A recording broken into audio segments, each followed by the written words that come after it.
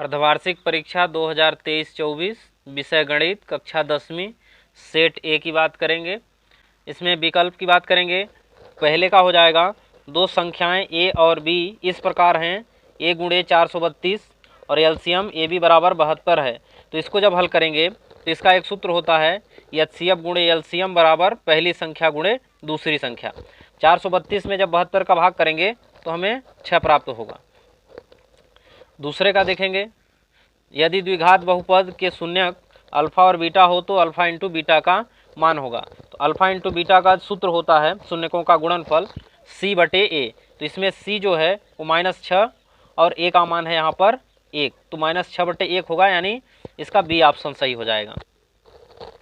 अगला है a1 बटे a2 बराबर b1 बटे b2 इक्वल नॉट c1 बटे c2। ये कंडीशन कोई हल नहीं के लिए होता है, तो इसमें बी ऑप्शन सही आंसर हो जाएगा।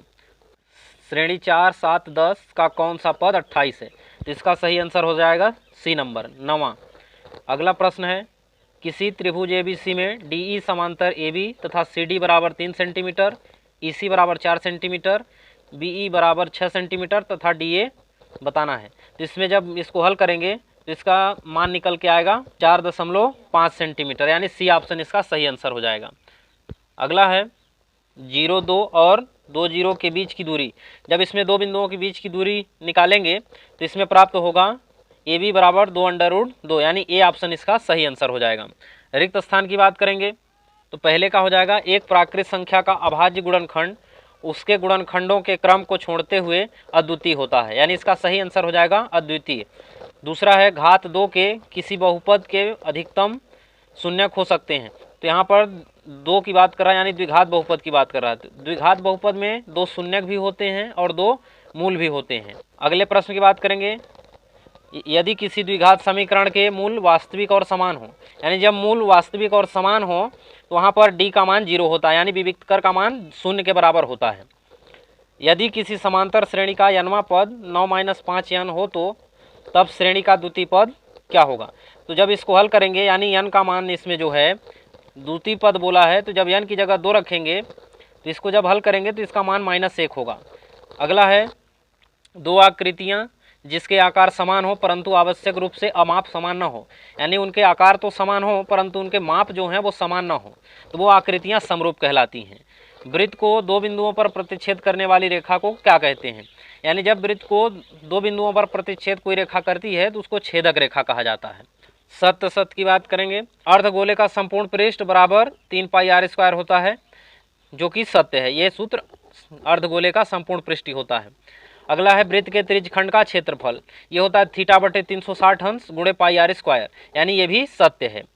तीसरा है, 2 चरों में एक रैखिक समीकरण के अनेक हल होते हैं, यह भी सत्य है। और चौथा है, 3-3 एक समांतर श्रेणी है। तो समांतर श्रेणी का मतलब है कि इन संख्याओं के बीच में समान अंतर होना चाहिए। तो जब इसको घटाएंगे तो इन संख्याओं में समान अंतर नहीं आ रहे हैं, अर्थात ये समांतर श्रेणी नहीं है, अर्थात ये असत्य है। अगला है, एक ऊर्ध्वाधर खंभे की परछाई खंभे की ऊंचाई के बराबर है तब सूर्य के उन्नयन कोण का मान 30 अंश होगा, यह असत्य है क्योंकि 60 अंश बनेगा। दृष्टि रेखा प्रेक्षक की आंख से प्रेक्षक द्वारा देखी गई वस्तु के बिंदु को मिलाने वाली रेखा होती है, ये जो कि सत्य है। यानी जो प्रेक्षक, यानी जो व्यक्ति किसी वस्तु को देख रहा है, यानी जो उसके बीच में एक रेखा निर्माण होगा उसी को दृष्टि रेखा कहते हैं, जो कि ये सत्य है। ये जोड़ी की बात करेंगे, संख्याओं 2 और 4 का एचसीएफ क्या होगा? इसका आंसर हो जाएगा डी ऑप्शन, यानी 2 हो जाएगा। और दूसरे की बात करेंगे, x² - x - 12 के शून्यकों का योग। तो शून्यकों का योग जो है इसका सूत्र होता है अल्फा प्लस बीटा बराबर -b बटे a। तो जब -b बटे इस सूत्र से हल करेंगे तो इसका आंसर आ जाएगा 1, यानी ई ऑप्शन सही हो जाएगा। तीसरे की बात करेंगे, cos² थीटा, तीसरे का f नंबर हो जाएगा सही आंसर। अगला है, tan 60 अंश का मान। तो tan 60 अंश का मान होता है √3। अगला है cos थीटा। तो cos थीटा का क्या हो जाएगा? cos थीटा को हम 1/sec थीटा भी लिख सकते हैं, इसका ए आंसर सही हो जाएगा। लास्ट वाले का sin 30 cos 60 plus cos 30 sin 60 plus 2 cos 0 अंश। तो जब इसको हल करेंगे, इनका मान रखेंगे sin 30 cos 60, तो इसका आंसर आ जाएगा 3, यानी सी ऑप्शन इसका सही आंसर हो जाएगा। अब एक वाक्य की बात करेंगे तो दिए गए चित्र में बहुपद px के लिए y बराबर px, ग्राफ नीचे आकृति में दिया है, तो px के लिए शून्य की संख्या बताना है। यानी इसमें ये देखना है कि x अक्ष पर कितने जगह ये कट करती है। तो इसमें देखेंगे x अक्ष ये रहा, y अक्ष ये रहा, यानी x अक्ष पर ये दो बिंदुओं को काटती है, यानी इसमें कितने शून्य हो जाएंगे, 2 शून्य हो जाएंगे।